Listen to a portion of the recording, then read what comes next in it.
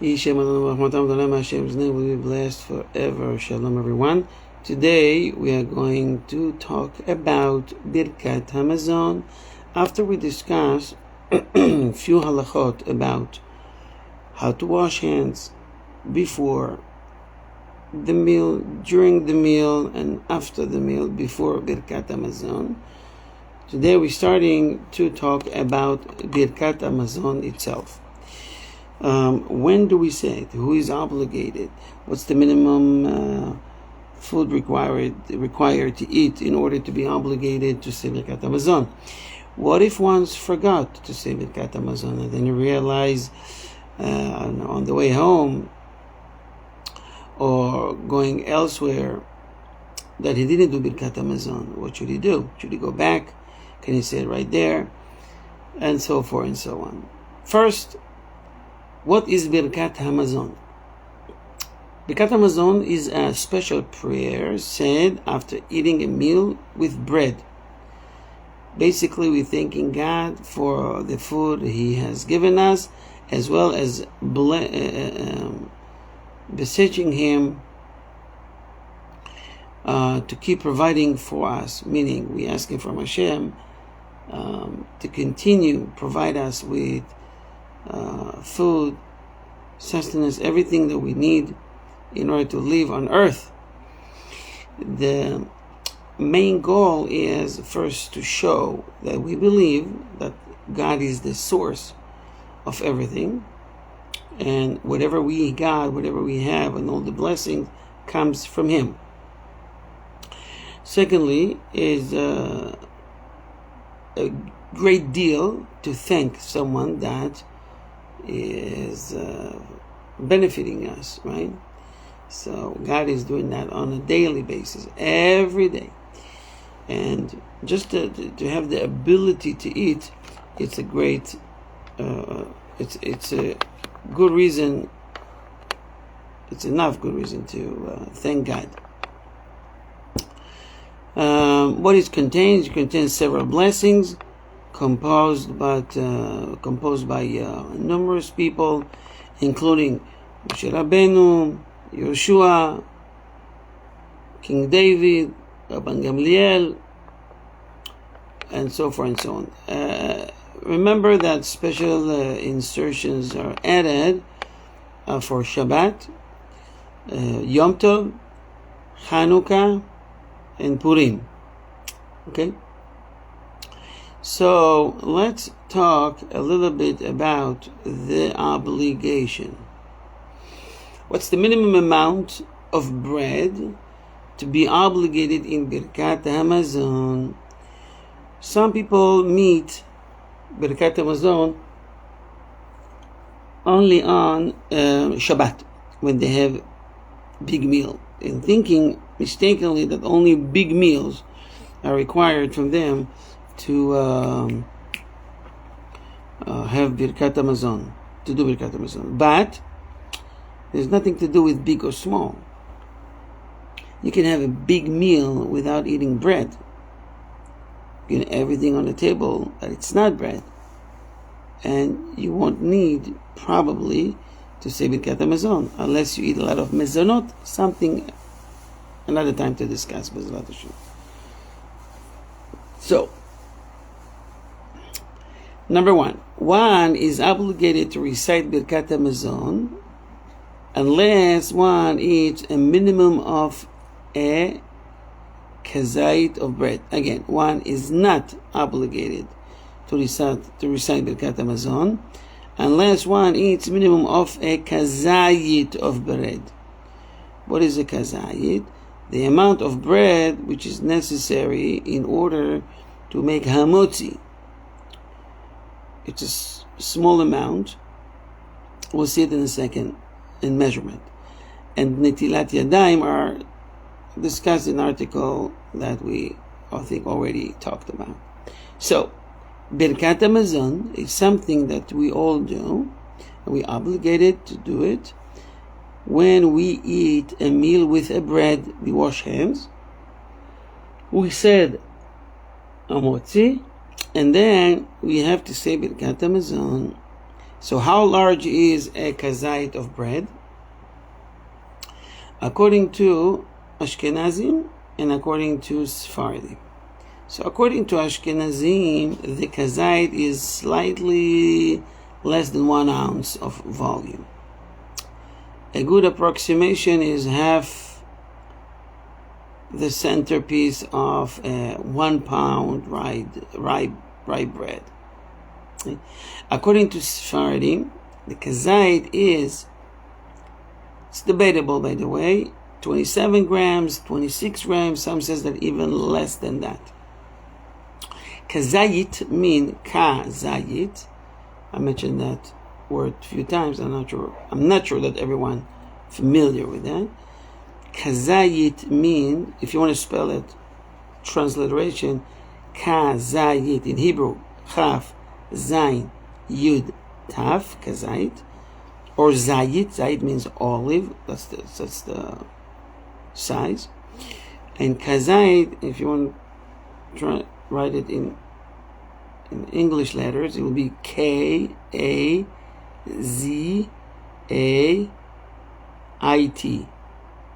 Kazait. Some put Y-T. Kazait. Kazait means the size of an olive. Since size of olive is debatable, what was the size back then, if it's compared to today? So kazait can be anywhere from 14 grams to 26 grams. Okay? It's a pretty small amount. It's highly recommended to go with the more strict opinion, which will be around 27 grams. Just eat it when you say the beracha, this small amount. It's not big, it's less than an egg size. And then you cover all opinion. According to Sephardim, this, as we said, kazait is around 27 grams in weight. We know for more specific halachot about kazait, we'll discuss it when we learn the halachot, the laws of kazait. Some write it kezait, K-E-Z-A-Y-I-T, kezait. Doesn't matter. Who is obligated to say Birkat Hamazon? Who is obligated to say Birkat Hamazon?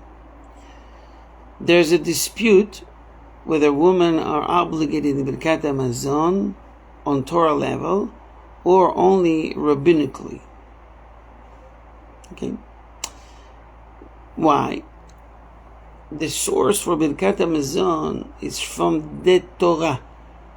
The Torah said, you ate, you satisfied, say Birkat Hamazon. Ve'achalta, you ate. Ve'savata, and you got satisfied.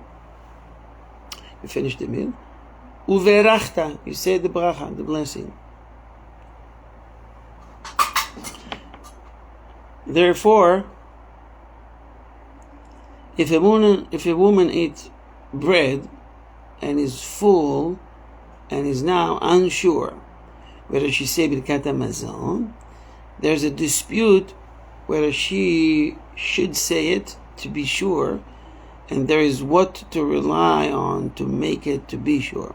Additionally, a woman can fulfill the obligation of a man if he listens to her Birkat Hamazon. However, she should not fulfill his obligation if the man ate to satisfaction, but rather one of he ate a kazait, and not to a satisfaction. Meaning, let's do it that way. Let's make it easier. Bottom line, today everyone does Birkat Hamazon. Okay? Men and women. In the ancient days, it was, by the way, one person that would recite Birkat Hamazon out loud, having in mind the entire participant in the meal. They have in mind to fulfill the mitzvah Birkat Hamazon by listening to him, and it's all good. I remember as a Yemenite, that's what we did, and we still do that. One is saying out loud.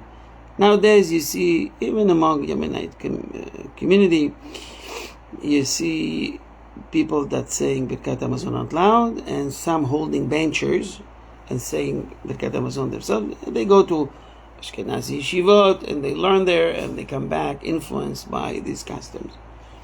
But in general, one can fulfill the Birkat Hamazon mitzvah for everybody. I noticed something very interesting.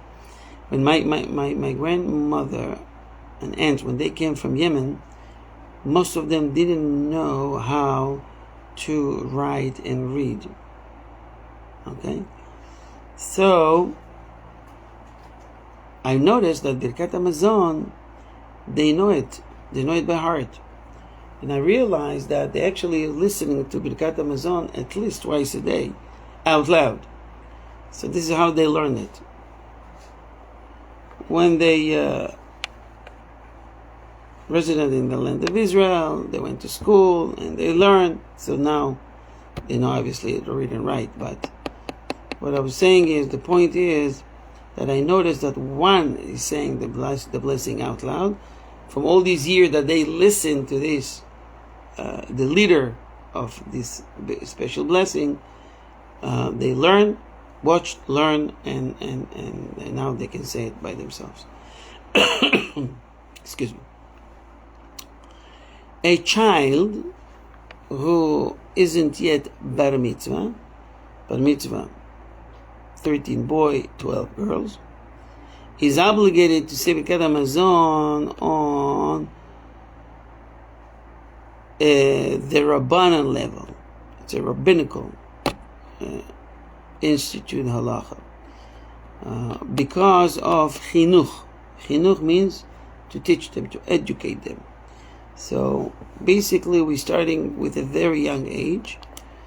You can see kids the age of 2-3 years old already saying Birkat Hamazon, maybe just the first part from kindergarten. They're teaching them with the tune Baruch Atah Adonai Eloheinu Melech HaOlam Hazan et HaOlam Kulo. They make it out as a tune, as a song.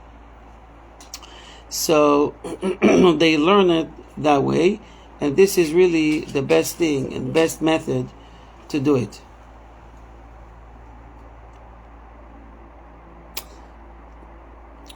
So, a child that reached the age of chinuch, according to the halacha, is around 5/6, 7, depends on that student's level. You start to teach them to do Birkat Hamazon, and it become like obligation for them.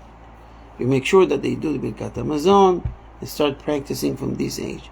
Therefore, a child can fulfill the obligation of an adult who doesn't know how to say Birkat Hamazon unless the adult didn't eat until he was satisfied.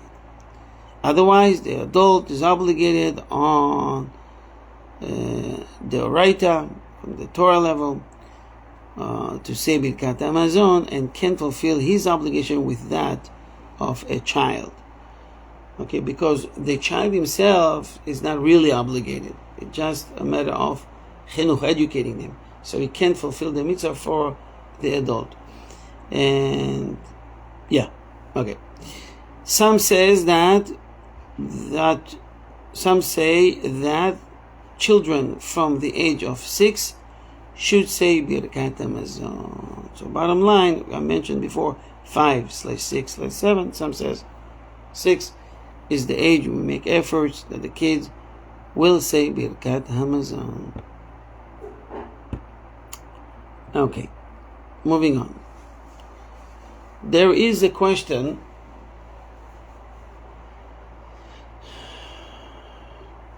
when we are ready to do Birkat Hamazon, after washing hands and saying Hamotzi, eating the bread and finishing the meal with the dessert, there's a question after or before the last water, the final water, if we clear the table. If we need to clear the table and say Birkat Hamazon, over a clean, cleared table. So, according to Kabbalah, by the way, you don't clean the table. You leave all left over, including the bread. You just need to cover it. So the blessing will dwell on these leftover food. According to the Zohar, it could be that some neshamot, some souls, are in this food, and they're waiting for your final blessing in order to redeem them, to release them from their prison. Okay, I'm trying just to simplify it. I hope you understand what I'm saying. So, according to the Baal Shem Tov, it's best always to leave everything, say Birkat Hamazon, and then clear it. With saying Birkat Hamazon with kavanah, with intention, out loud, we're actually redeeming, we're taking out these souls out of the food, out of their misery, and they will thank us in the world to come, the next world. Okay, this is just from Kabbalah point of view. Okay, so the Halacha says one must not remove the tablecloth or the bread from the table until after those who have eaten have recited Birkat Hamazon. Otherwise, he will never experience Hashem's blessing. What does that mean? There is a very interesting rule in regards to Birkat Hamazon, the final blessing, not the final blessing, the blessing after the meal. Yeah, the final blessing. Get confused with the final wash. Is if you want to have a blessing in everything, it has to dwell on something. Meaning, if you want to have a blessing at your work, your livelihood, you have to get a job. Get a job, and then ask for Hashem to bless your job, or bless what you already acquired, what you have. If the table is cleared, there is no food to bless. There's nothing there. And blessing will not dwell on nothingness. Very important rule to remember. Like the prophet was trying to help the woman in the book of Kings, and he asked her and her son to bring all utensils to fill it with oil, and it was filled with oil as long as they said, yes, we have more dishes, we have more barrels, we have more pots. So they say, no, there's no more. It stopped, the blessing stopped. But if you notice that Elisha, the prophet, asked her if she has any oil left over, because it was a famine back then. People had nothing at home. People started to eat grass. People ate all their animals. People ate donkeys. People died of starvation. It was horrible time of Akab and Eliyahu, Elijah, and so. Anyways, so Elisha was asking, the prophet was asking the woman, do you have anything? And she said, I have the jar, I have the bottle of oil, but there is so much less, it's almost nothing left over. Just enough to smear the oil on my hands. Elisha says, oh, this is good enough. Because the blessing will not dwell on nothing. This is next to nothing, but it's something. It's something. And with the blessing of the Navi, the prophet, oil came from Shemayim and blessed the family. Okay. So, we've learned a great thing. that one should not remove anything till he finishes Birkat Hamazon. There's no rush. Take your time. Okay? And now, let's be practical. Nowadays, it is sufficient to leave crumbs for these purpose. Meaning, according to some poskim, some rabbis, you can clear the table, but at least leave some crumbs if you don't have even a bread to leave on the table. According to Kabbalah, it's not recommended, but this is the minimum required, to leave some crumbs. So you clear the table, but you don't clean it, or you don't take out the disposable tablecloth till after the blessing. So again, the rule is that the blessing will dwell on something, will sit on something. Okay.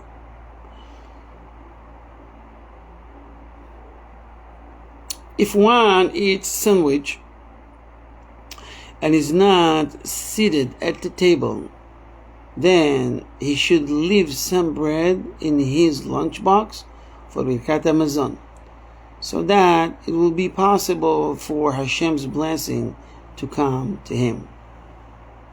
Again, what's the rule? Leave something, so the blessing will sit on it. If no bread remains, no bread remains, one should place some other bread on the table. You can take it from the freezer, you can take it from anywhere in the house. It doesn't have to be the bread that you use for the meal. Okay, next. Some have the practice of removing or covering the knives before Birkat Hamazon. Okay? What's the reason for that? One of the reasons is because the nusach, the wordings of Birkat Hamazon contain words about the destructions of the temple, and we wish that the temple will be built nowadays. And many years ago it happened that guy one was reading Birkat Hamazon, and he really got into it, started crying about the destruction of the temple. He felt so sorry, so bad. He cried so hard. So he took the knife that he had on the table, and out of pain and sorrow, he stabbed it in his stomach. So you see, our sages learned quickly from that story alone. Remove it. So what happened again? It's kind of like hazard. This does not apply on Shabbat and Yom Tov. On Shabbat and Yom Tov you don't need to, because Shabbat has its own protection and Yom Tov has its own protection over one and his family. Some say that this does not apply to plastic knives. Others disagree. The shape and form of knives itself, it's not recommended. So it's debatable. It's not necessary to remove the knives from the table for all